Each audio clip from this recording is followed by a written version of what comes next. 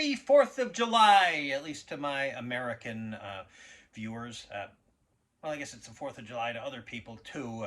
It's not Independence Day. That's assuming I get this out on time, which probably won't happen. Yeah, my socks match. I was wearing black shoes. They matched my underwear. Yeah, I was liturgist at my parents' church this morning. That should shut my mom up for a little while. Sorry it's been over a month since my last Criterion Collection video. Life gets in the way, or whatever passes for a life in my case. Anyway, I had hoped to finish my Criterion Collection videos before the next Criterion 50% off sale. Well, I stopped by Barnes & Noble on the way to some other stuff, and yep, they're having their 50% off sale, and it gets better.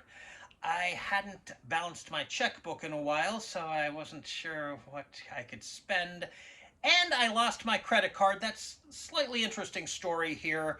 I went to, it was a store thing. Should I use my credit card or my, I guess I have to use my bank card, huh? I haven't balanced my checkbook yet at this point either. Unfortunately, it seemed fine.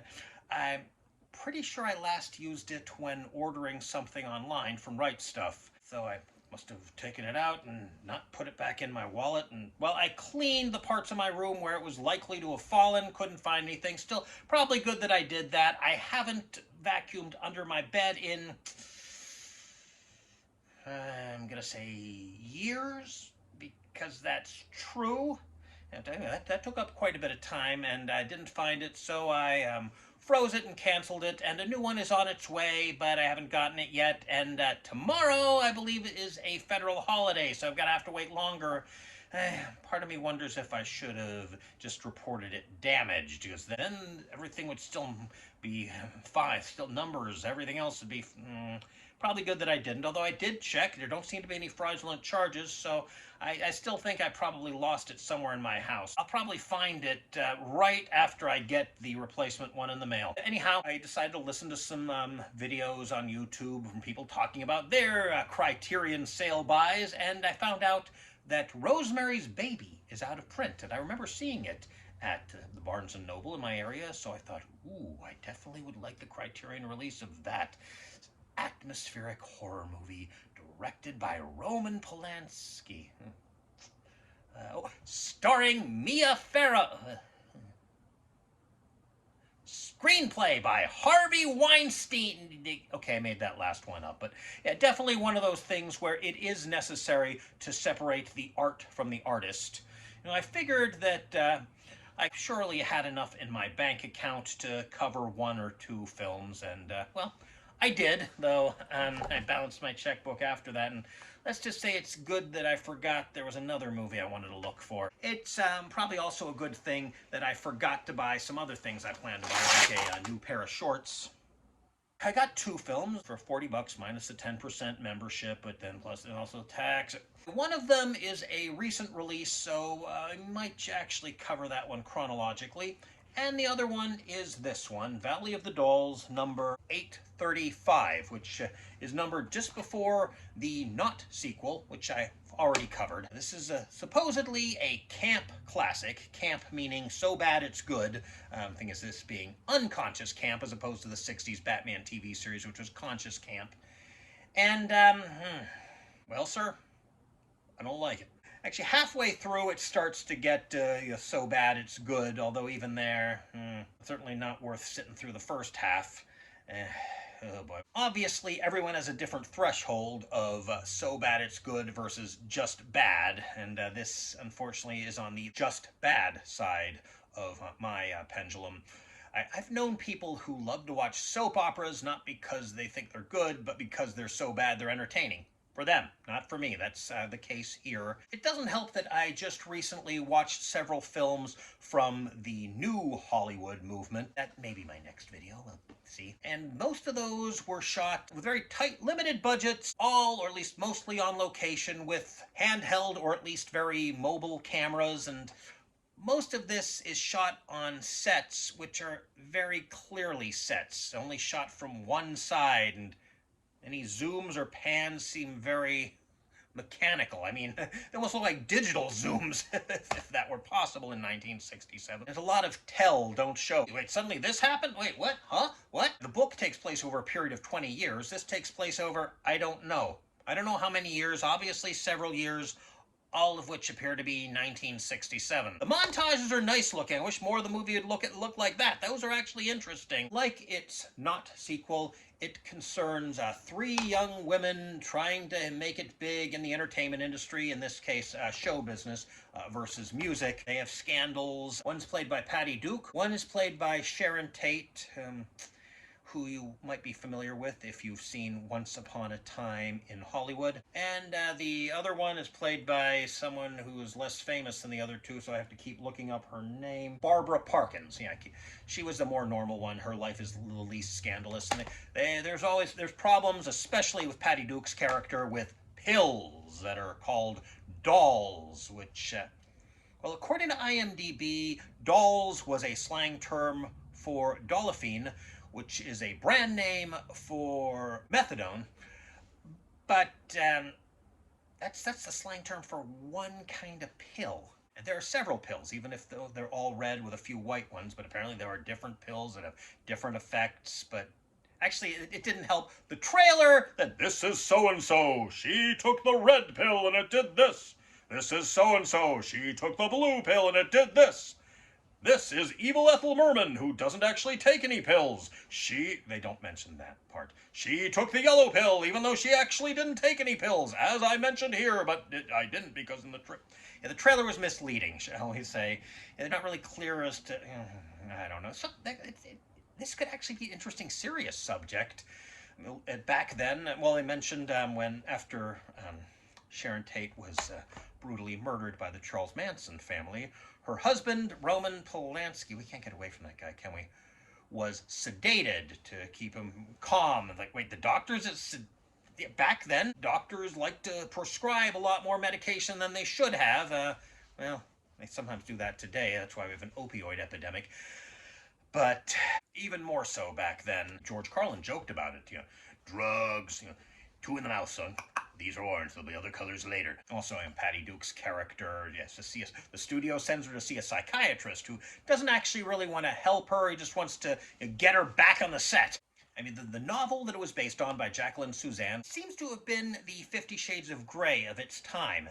And this film was pretty risque for the time. It was released in December of 1967, and the production code was still around at the time. They were less of the unstoppable monolith that they had been. They were loosening the restrictions. In May of 1966, they added the suggested for mature audiences sobriquet, which this film indeed got. And in November of 1968, they introduced the rating system, which, well, definitely an improvement, and so this was later re-released and given a rating of PG-13, so a bit less scandalous there. There are, at the time, there's some things which are kind of shocking. They said hell and son of a bitch, and I think they said damn. They said ass. They acknowledged the existence of gay people and abortions, though not favorably, and the one character who is accused of being gay turns out to be straight, as we find out when he cheats on his wife with another woman, and she calls him a British cigarette, and he says, honey, she's hardly built like a boy, and actually in the book, he cheated on his wife with another man. They couldn't do that. There's a lot of tell, don't show. That's never a good thing. I almost feel like it was adapted from a play. At least then it might make sense. Remember in the Bela Lugosi Dracula, there's a wolf running across the field, and they're just looking out the window. I say, what's that? Oh, it's a dog. It can't be a dog. That's a wolf. No, we're in London. There can't possibly be a wolf. No, it's definitely a wolf. Well, that was adapted from a play, so they've got a little bit of an excuse there, although they don't seem to understand the backstory is nowhere near as interesting as it is here. The most interesting part is that Judy Garland originally played the character who does not take the evil Ethel Merman. The character is evil Ethel Merman.